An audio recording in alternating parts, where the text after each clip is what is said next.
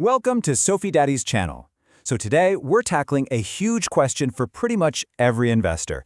How do you stay in the market and grow your wealth while also protecting yourself from those absolutely gut-wrenching downturns?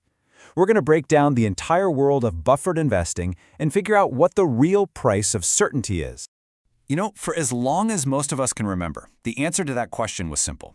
The 60-40 portfolio. 60% in stocks for growth, 40% in bonds for safety. The whole idea was that when stocks zigged, bonds would zag, acting as this reliable shock absorber. It was the undisputed champ of conservative growth. But then 2022 happened. Interest rates started to climb to fight off inflation, and, well, the unthinkable happened. The bond market, our supposed safe harbor, fell right alongside the stock market. The very bedrock of portfolio construction just cracked. And it left a lot of investors wondering where on earth they were supposed to hide. So this whole mess forced a really critical question to the front of everyone's mind. Is there a way to get the growth of the market, but maybe with some guardrails on? A way to limit the pain of a downturn without just cashing out and missing the recovery that always comes eventually? Well, it turns out there is. Let's look at how it works. The solution comes from a family of strategies that are called defined outcome investing. Now, that sounds a bit fancy, right? But whether it's called a buffered ETF, a structured note, or an annuity, they all run on the exact same powerful engine. So let's pop the hood and take a look. That engine is called a put-spread collar. Wow, okay, don't let the jargon scare you off. All this really means is that it's a carefully put-together package of options contracts. Think of it like a recipe, right? You combine a few specific ingredients to completely change the flavor, or in our case, the risk profile of an investment. The goal is to create a buffer against losses, and the price for that buffer is a limit or a cap on your potential gain. So how do we actually build one of these things? Well, it all starts with the foundation, just getting exposure to the market. This could be as simple as owning an S&P 500 ETF, or maybe using an option to perfectly mimic the market's movement. Either way, you're on the ride, for better or for worse. But let's be honest, we don't want the worst part. So for step 2, we add a shield. We buy what's called a long put option, which is, it's basically an insurance policy. It gives you the right to sell your investment at today's price, no matter how far it falls, creating this hard floor on your portfolio. Now, that sounds amazing, doesn't it? But this kind of perfect insurance is really expensive. Okay, so to make it more affordable, we have to make a trade-off. In step 3, we agree to limit that perfect shield just a little bit. We do this by selling another put option at a lower price, say 15% below the market. And by doing this, boom, we've just created the buffer zone. We are now protected against the first 15% of a market drop. But, and this is key, if it falls further than that, we're back on the hook for those losses. And now for the final piece of the puzzle. How do we pay for all this protection? Step 4 is the fuel. We sell one more option, a short call. This is an agreement to sell our investment if the market rises above a certain price. The money we get from selling this call is what pays for our buffer. And the price where we agree to sell, well, that becomes our upside cap. We've given up any gains beyond that point to pay for our downside protection. It is so important to understand that the cap isn't just some arbitrary number of fund manager picks out of thin air. It's a direct mathematical output based on the cost of options, which is determined by what's happening in the market right now. Two main factors are driving that calculation. First, volatility. When the VIX, the fear index, is high, options get more expensive. This means the call option we sell brings in more money, which allows for a higher cap. Second, interest rates. Higher rates actually make these strategies more attractive by lowering the cost of our protection and increasing the income from the call we sell. And the result? Significantly higher caps. Okay, so we understand the engine, that put-spread collar. But, the same engine can be put into very different cars. And when it comes to defined outcome investing, the vehicle you choose to drive has massive implications for your costs, your risks, and your returns. For years, there was really only one option, the structured note, offered by the big investment banks. But recently, a challenger has emerged that has completely changed the game, the buffered ETF. So let's put them head to head. So, what exactly is a structured note? This is the most important thing to get. When you buy a structured note, you don't own any stocks or options. You own an IOU. It is a promise, an unsecured debt obligation from an investment bank to pay you a certain return based on the market.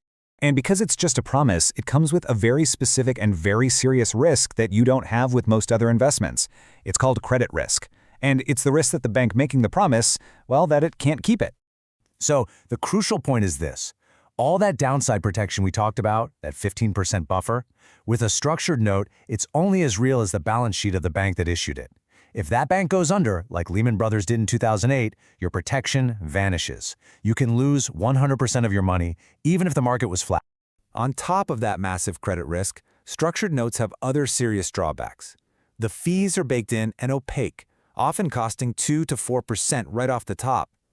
They are highly illiquid, meaning you can't easily sell them before their maturity date without paying a huge penalty.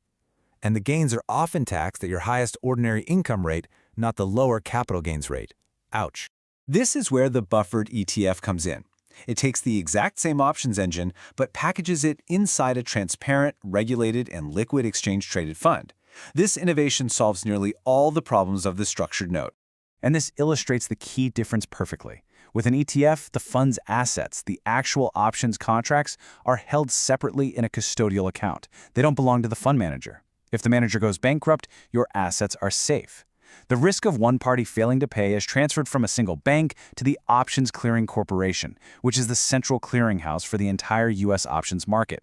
This doesn't eliminate risk, but it changes it from a single company problem to a systemic market problem, which is a world of difference. So let's put it all together and look at the key trade-offs across all the ways you can get this kind of exposure. This is your decision-making framework. Okay, this table is the core of it. Look at credit risk. Buffered ETFs are low, while it's the defining high risk of a structured note. Now look at liquidity. ETFs trade all day, while notes and annuities lock you in. On fees, ETFs have a clear expense ratio, around 0.8%, while notes hide a much larger 2 to 4% fee inside the product. And finally, taxes. ETFs generally get favorable capital gains treatment, a huge advantage over the ordinary income treatment of notes and annuities. The ETF really shines across the board here. You might be thinking, why not build this myself with options and save the fee? And you absolutely can. The pros are no management fees and total customization. But the cons are significant. You need a large portfolio, as one options contract covers about $50,000 of stock, and you have to worry about execution costs and other risks. The other vehicle is the insurance world's version, often called a RILA, or buffer annuity. The big pro here is tax deferral. Your money grows without an annual tax bill. But the trade-offs are severe. They are extremely illiquid, with massive surrender charges if you need your money early. The fees are complex, and when you do finally take the money out, all your gains are taxed as ordinary income. Before we move on, there's one more piece of jargon to clear up, because getting this wrong can be disastrous. You'll hear the words buffer and barrier used, sometimes interchangeably. They are not the same thing. Here's the difference. A buffer, which is what most buffered ETFs use, is like an airbag. It absorbs the first chunk of the impact. If the market falls 20% and you have a 15% buffer, you only lose 5%. Simple. A barrier is more like a guardrail on a cliff. You're completely protected unless you go over the edge. If the market falls past the barrier level, even by a tiny bit, the protection can completely vanish and you can suddenly be exposed to the entire loss from the very top. It's a much riskier proposition. So with all these mechanics and vehicles understood, let's pull back and ask the big question, what is the real role of these tools in a modern portfolio? Why do they matter so much right now? The answer might have less to do with finance and more to do with psychology.